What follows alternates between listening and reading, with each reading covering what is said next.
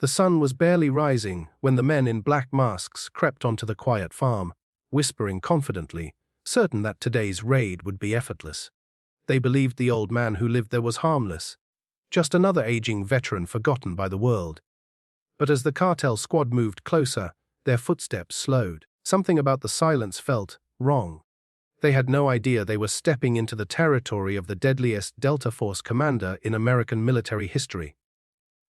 The man enemies whispered about long after battles ended, and today, for the first time in years, he was forced to awaken the part of himself he prayed he'd never need again. Lucas Ward had spent years trying to bury his past. At 62, he lived alone on a small patch of land near the Mexican border. The neighbors only knew him as the quiet farmer with silver hair, rough hands, and eyes that carried storms of memories. They didn't know the truth: that Lucas was once the commander of the most feared Delta Force unit ever assembled, a legend who led missions so dangerous the files were locked away forever. He didn't want fame. He didn't want recognition. He wanted peace. He spent his days fixing fences, tending crops, and feeding the animals his late wife once adored. When she died, Lucas left the battlefield behind forever. But the battlefield had come looking for him. Weeks earlier, cartels began creeping closer to the border town. Crops burned mysteriously. Farmers disappeared. Rumors spread that a new cartel faction was expanding territory, hungry for land, weapons, and fear. Lucas ignored it until fear stepped onto his land. That morning, he noticed tire tracks behind his barn. Fresh ones. He followed them cautiously, and his instincts immediately sharpened. The smell of diesel, the faint scuff of boots, the disturbed soil, these were not the signs of lost travelers. These were trained men. Before he could investigate further, he heard the distant rumble of 2 trucks crawling down his long dirt road. Lucas didn't panic, but something ancient in him woke up. The instinct that once saved his entire unit more times than he could count. He stepped back into the shadows of his barn. The trucks stopped. Doors flew open. 6 armed cartel soldiers stepped out, scanning the farm with practiced silence. Search the house. Find the old man. Take everything, their leader ordered. Lucas felt a familiar coldness settle inside him. The coldness of a warrior who moved like a ghost and struck like lightning. But he fought it back. He promised himself he'd never kill again. Yet, when he heard a gun cock near his bedroom window, he whispered, "To no one and everyone. Not today." Lucas appeared behind the first cartel soldier before the man even sensed movement. A swift disarm, a chokehold, and the soldier dropped silently to the ground. Lucas hid the body under a tarp, then vanished into the shadows again. One by one he dismantled them. Quiet, controlled, merciful. By the time the last soldier realized something was wrong, half his men had already disappeared. "Show yourself!" The leader shouted. Lucas stepped into the sunlight, calm as a mountain. "You picked the wrong farm," he said. The cartel leader laughed until he saw the old man's eyes, warrior eyes, commander eyes.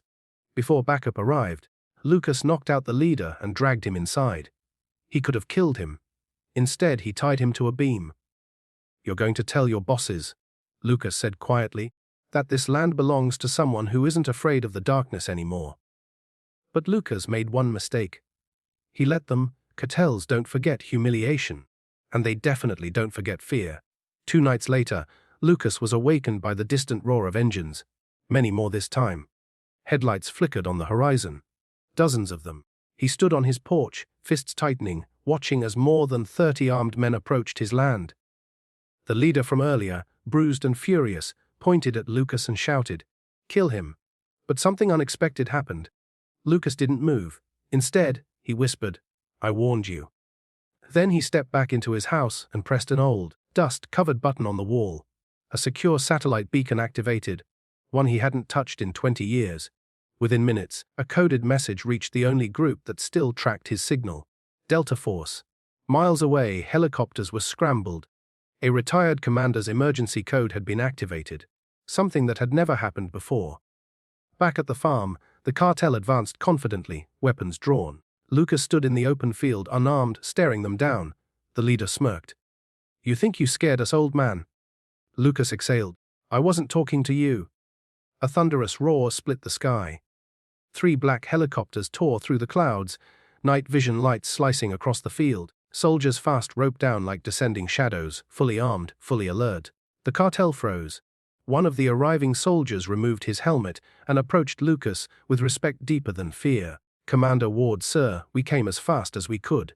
The cartel leader stumbled back. "Commander. Commander of what?" Lucas didn't answer. The Delta officer did. "The deadliest Delta unit in American history. The man who trained us all." The entire cartel force began dropping their weapons. No shootout was needed. No bullets. No war. Just the presence of the ghost they thought was long dead. Within minutes, the cartel members were restrained and handed over to authorities. As dawn approached, Lucas stood alone on his porch, the helicopters lifting off behind him. The young Delta officer approached softly.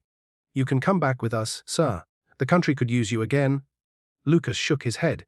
"I already gave enough. This time I protect home." The officer saluted, and for the first time in years, Lucas felt something warm in his chest, something almost like peace. Sometimes the world forgets its heroes. Sometimes even heroes try to forget who they once were. But when darkness rises, true warriors don't seek glory or revenge. They simply stand where they are needed, quietly, powerfully, unshaken, because real strength isn't in the battles fought. It's in the battles a man chooses not to fight. Until he has no other choice.